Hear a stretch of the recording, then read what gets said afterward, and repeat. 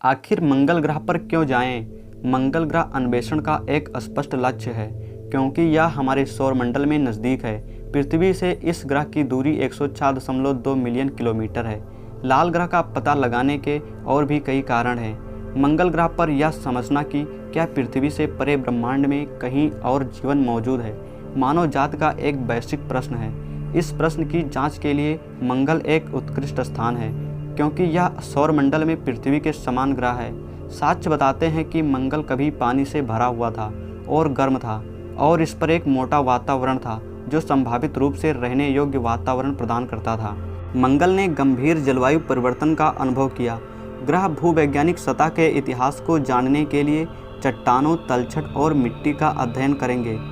मंगल ग्रह पर पानी के इतिहास में वैज्ञानिकों की दिलचस्पी यह समझने में है कि जीवन कैसे बच सकता था।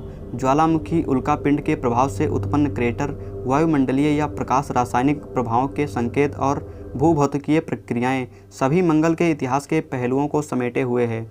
वायुमंडल के नमूने इसके गठन और विकास पर महत्वपूर्ण विवरण प्रकट कर सकते हैं और यह भी कि मंगल पर पृथ्वी की तुलना में कम वायुमंडल क्यों है।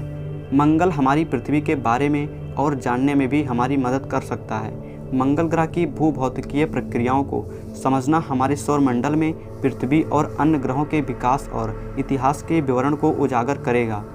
मंगल ग्रह के मानव अन्वेषण के लिए लागत और जोखिम को कम करने के लिए रोबोटिक मिशन आगे बढ़ सकते हैं और संभावित संसाधनों और ग्रह पर काम करने के जोखिमों को खोजने में हमारी सहायता कर सकते हैं। अंतरिक्ष यात्रियों को भेजने से पहले हमें खतरों को समझना होगा। अनिवार्य रूप से अंतरिक्ष यात्री पृथ्वी पर लौटने पर मंगल ग्रह की सामग्री लाएंगे।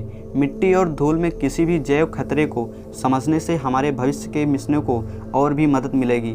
मंगल पर जाना कठिन है और यह मनुष्य के लिए और भी कठिन है क्योंकि हमें अपने पड़ोसी ग्रह की यात्रा और वापस आने के लिए सब कुछ पैक करना होगा। यदि हम उन संसाधनों का उपयोग कर सकें जो पहले से ही स्थानीय रूप से उपलब्ध है तो मंगल मिशन को और भी आसानी से डिजाइन किया जा सकता है। जल मानव अभियानों के लिए अंतरिक्ष यात्रियों द्वारा उपभोग करने और ईंधन दोनों के लिए एक मूल्यवान संसाधन है। रोबोट द्वारा एकत्र किए गए नमूने यह मूल्यांकन करने में मदद कर सकते हैं कि भविष्य के मानव खोजकर्ताओं के लिए संभावित संसाधन कहां उपलब्ध हैं। तो दोस्तों, आज के इस वीडियो में इतना ही। फ्रेंड्स, से जानकारी आपको कैसी लगी कमेंट करें और ऐसी अमेजिंग वीडियो चाहते हैं तो हमारे चैनल को सब्सक्राइब करें। धन्यवाद।